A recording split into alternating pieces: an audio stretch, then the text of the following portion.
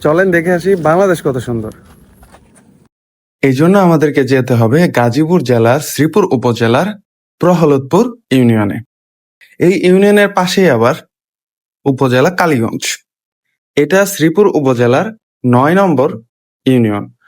আর শ্রীপুর উপজেলা থেকে এই ইউনিয়নের দূরত্ব প্রায় ২১ কিলোমিটার। এই প্রহ্লাদপুরকে নিয়ে আরো রিসার্চ করার পর আমরা জানতে পারি এখানে ২৭টা গ্রাম রয়েছে।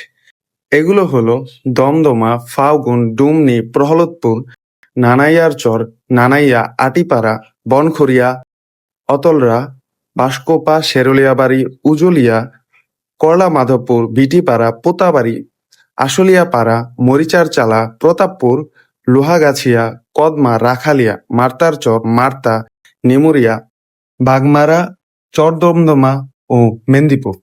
এই সবগুলো গ্রাম মিলিয়ে প্রায় ১৬ বর্গ কিলোমিটার এই প্রহ্লাদপুর ইউনিয়ন।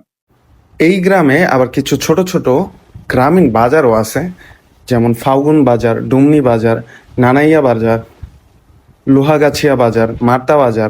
এইসব গ্রামীণ বাজারে এখানকার উৎপাদিত ফসল, বিভিন্ন শাকসবজি এই বাজারগুলোতে নেওয়া হয়ে থাকে, যাতে করে এখানকার স্থানীয় মানুষেরা নিজেদের নিত্য প্রয়োজনীয় জিনিসের চাহিদা মেটাতে পারে।